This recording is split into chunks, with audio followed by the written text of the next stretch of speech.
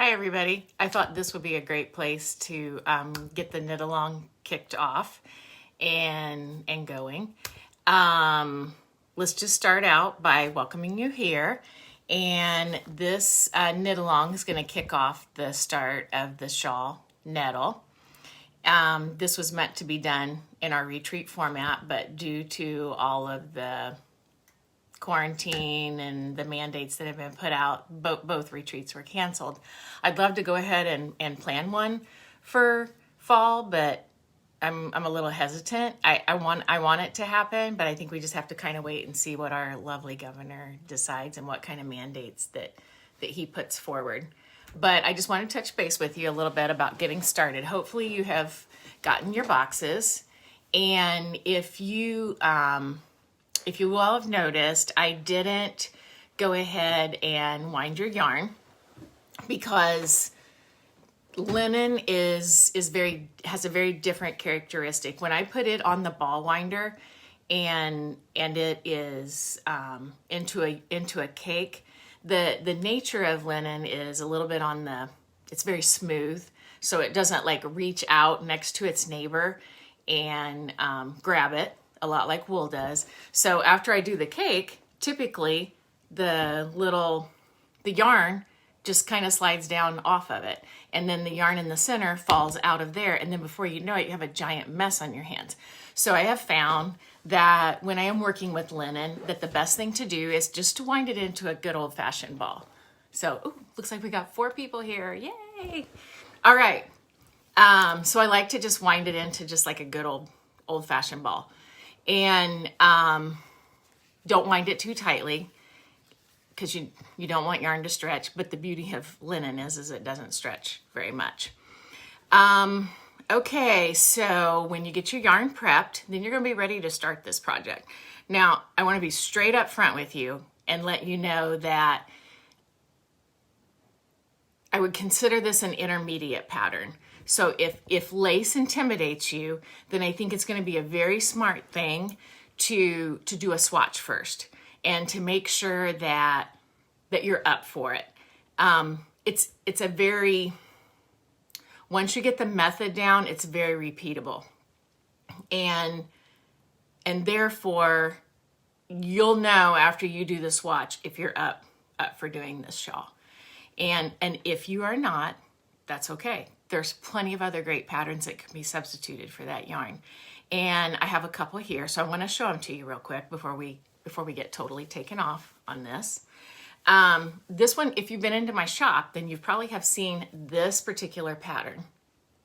Hey, you found me, Karen. All right. I saw your your email just a little while ago, and I thought, okay, I'm working, I'm getting it.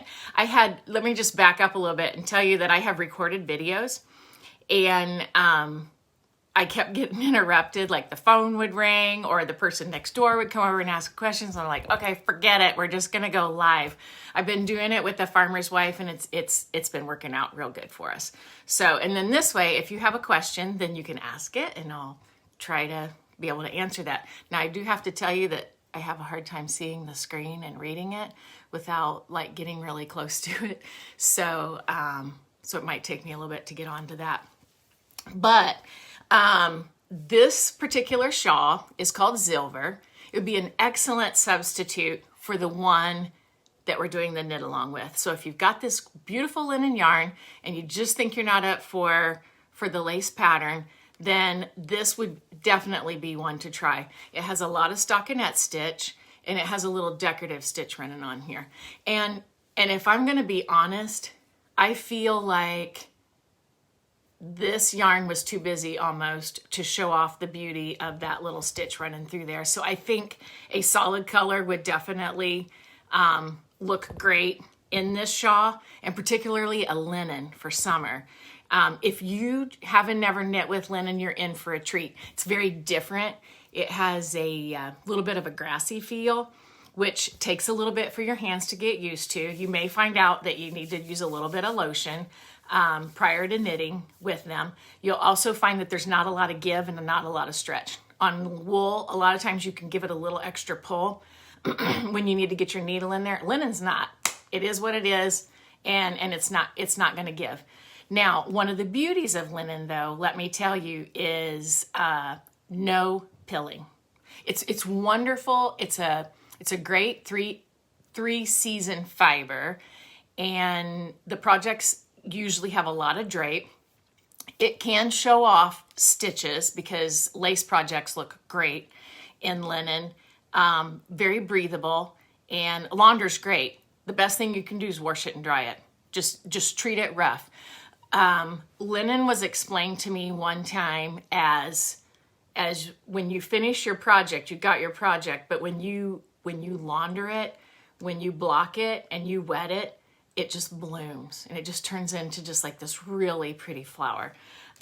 So I'm telling you that because when you are working with it, some people think it is a little bit hard on their hands.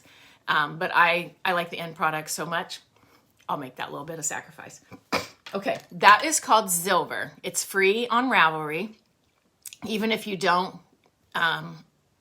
if you decide that you don't want to do this shawl and you do choose to use your linen in this Zilver, I think it will turn out great. I want to show you one other option, and this is another one that we've had in the store, and it's going to be hard.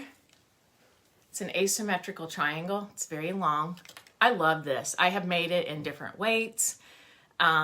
It's just a very nice piece, actually pretty long, and has a very simple stitch. You're talking garter stitch. It's gonna have its traditional edge stitches that happen when you're doing shawls, but it also has a little bit, just enough lace in it that you can say you tried it. So this one here, I think is beautiful in about any type of yarn that you want to try. This happens to be a self-striping yarn, but a solid yarn would be equally as pretty. And then what I also like about this is how it just kind of cuddles up around your neck. It's just a very pleasant piece to wear. So I find myself going and grabbing it a lot when I'm at the shop. Okay, now let's get on to what this knit-along is about.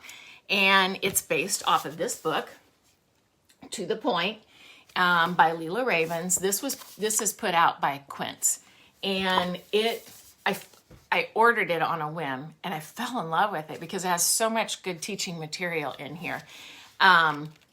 It talks about all the different types of shawls and their construction and how they're typically made. The one that we have chosen is called a top-down.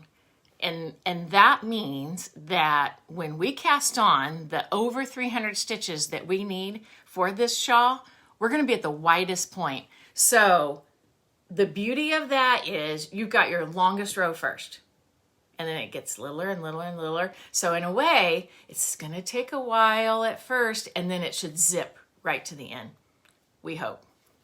I'm not very far in my project, and I don't want to, I want to encourage you. I don't want to push you.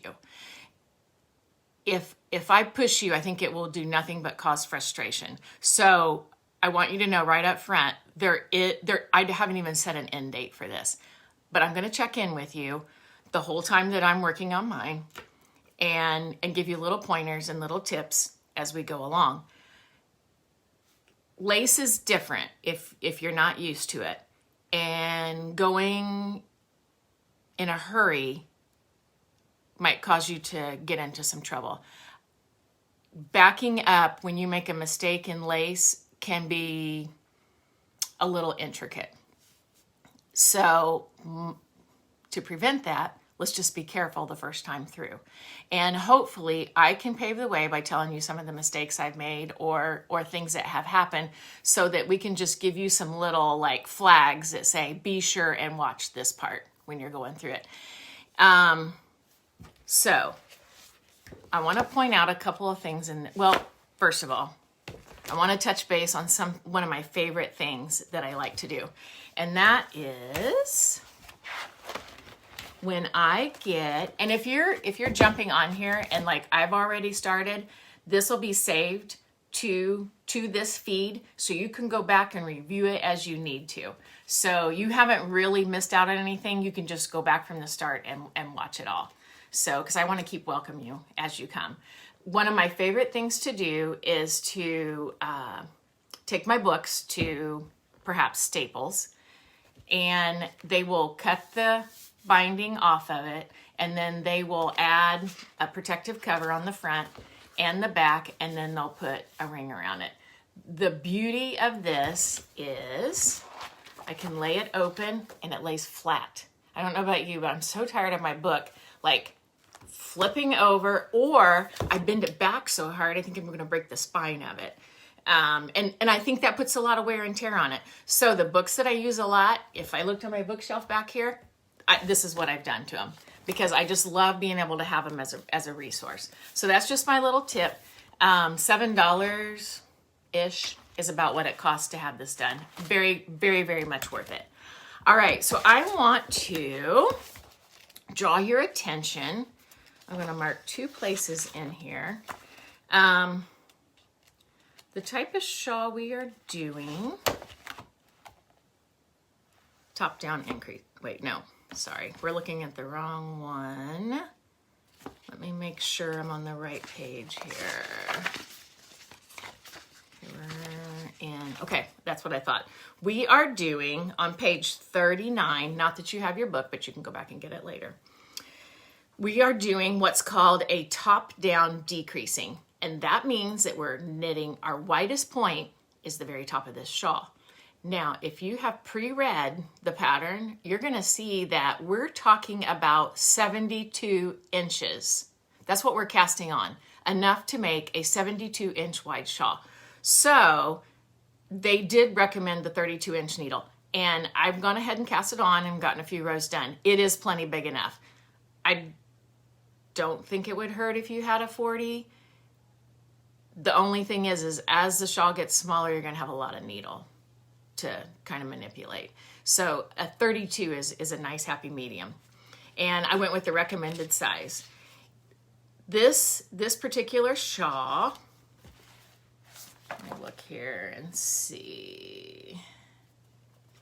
So our maximum number of stitches are gonna be at the top, which seems weird that we're looking at this pattern this way and we're calling this the top. But if you remember, charts are always start down on the corner of the bottom. And we'll get ready and talk about that as we jump on over to that page.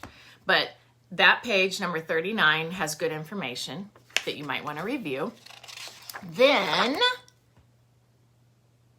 chart basics. Okay, over on page 44, there is a really, this is why I love this book. There's a lot of information in here. You can use this as a go-to, little bit of a tutorial type thing. On page 44, it's called Knitted Literacy. And there is a lot of good information here about reading charts, because I'm going to encourage you to at least try to read some of the chart. I know a lot of people are afraid of it. I'm a very visual learner, but yet I want to draw from what's written, but I want to see how it plays out. And I think having the written instructions, which that's another thing I love about this book. She went through and she wrote all of them out. And a lot of times you either get a chart or you get written. You don't always get both. And some of the written ones are quite long.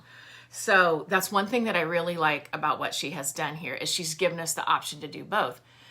If you want to venture into trying the charts, read the instructions, read the row you're going to work on.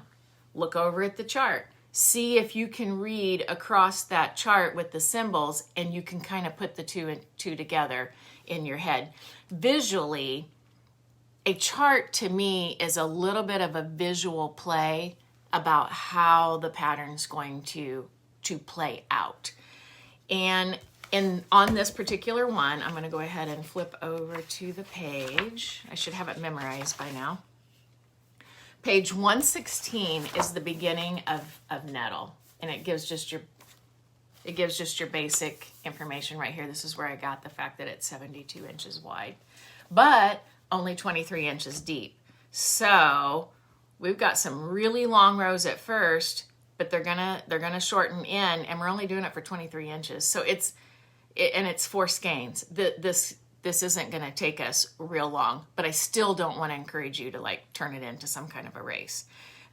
Let's just take our time and let's do it right.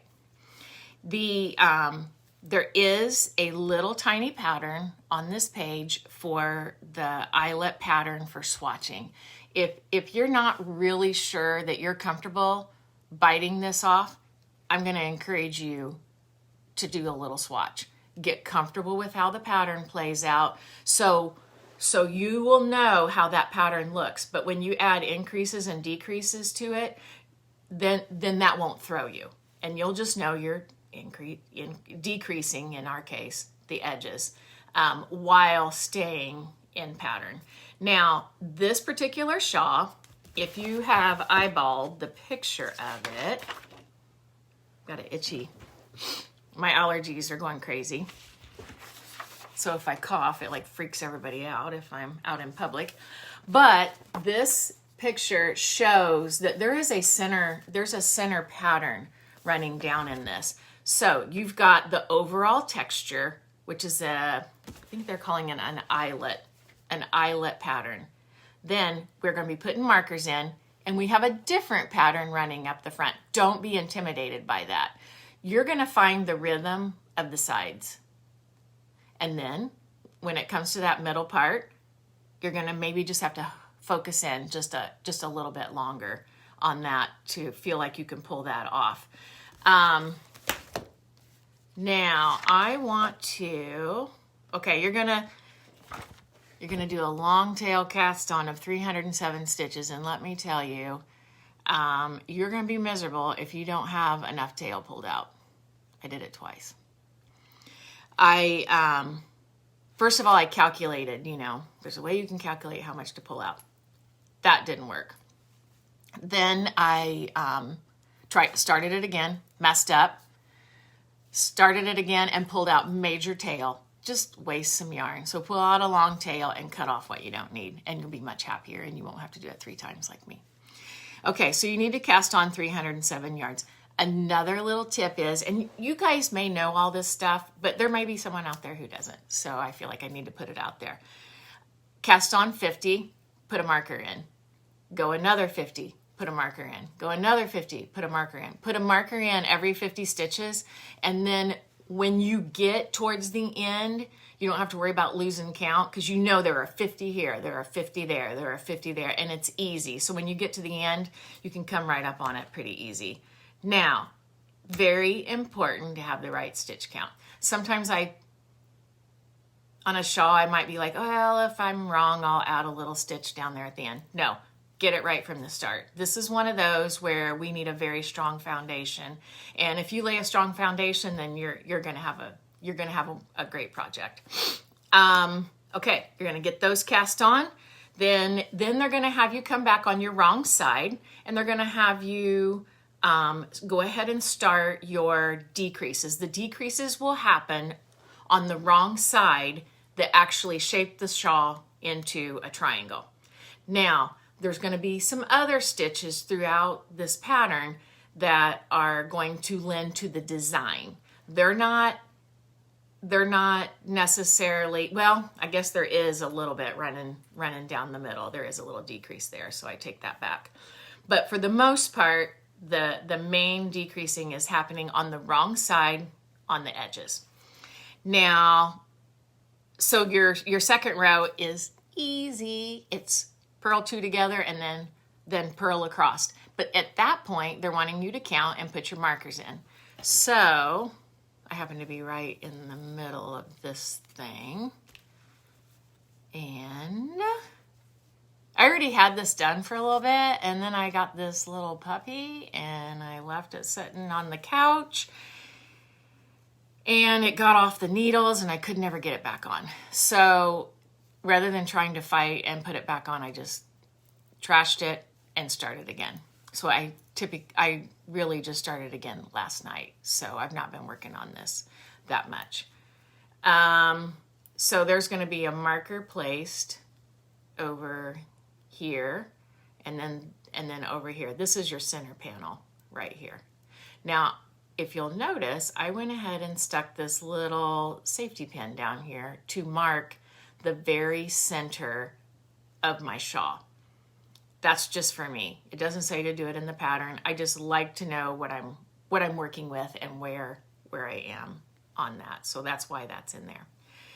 I want to show you how this pattern looks. Let's see if I can get it up there. This is what you're looking at. If I can get it up where you can see it at the beginning. There's a rhythm to be found in this. And I'm going to read the first row, looking at a chart, and I want you to listen to it. So perhaps what I should do first is go over the different stitches before I read them, because then that would be confusing. So in this pattern, right now, not talking about down the road, but right now, the stitches that you will be doing will obviously be knit and obviously purl.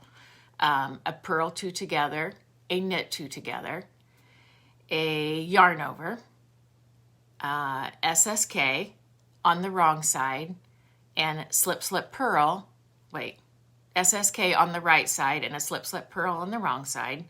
There is one place, I'm looking to see, okay, there is a place, and it's more towards the center. The center's where all the action is happening. You've got a pattern on the edge, but you've got action happening where things change up on the center. And there is a knit 3 together on the right side, purl 3 together on the wrong side. And that is exactly as you're imagining it. Instead of going into 2 stitches, you're going to go into 3. Now, I will tell you that sometimes when you're sticking your needle in there, it literally won't go, and linen doesn't have give. So it could, you might just have to work on your tips right there to get that wrapped around and pulled through. There is one place where there's an SSSK, but I haven't come to that yet. And I'm looking to see how far down. It's not jumping out at me. Oh, no. Okay, there it is. It is the opposite. Okay, it's making a slant. So on the 3rd row, you will be implementing knit 3 together on one side and an SSSK. And it's exactly how it sounds. You're gonna, I'll look it up and make sure that I tell it to you correctly. I know how I want to say it, but I'm not positive that that's how she is interpreting it.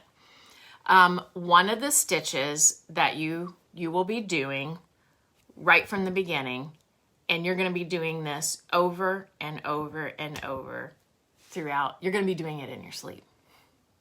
It's not bad though, I promise. Okay, it is called S2KP.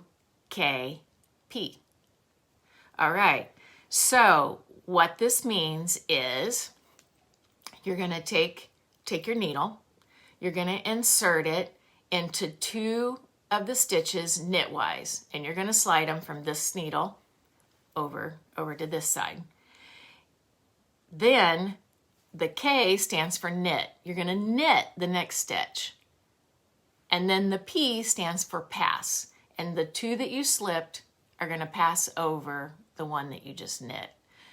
That will be paired just prior to this happening. You will have yarned over. So there's going to be a yarn over that extends over your needle and goes behind 2 stitches. Oh, let's see here. I'm going to have to plug in.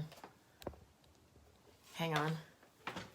I did not realize my battery is low. Where's the charger when you need it? In the other room. Okay, can you hang on just a second while I run and grab a charger?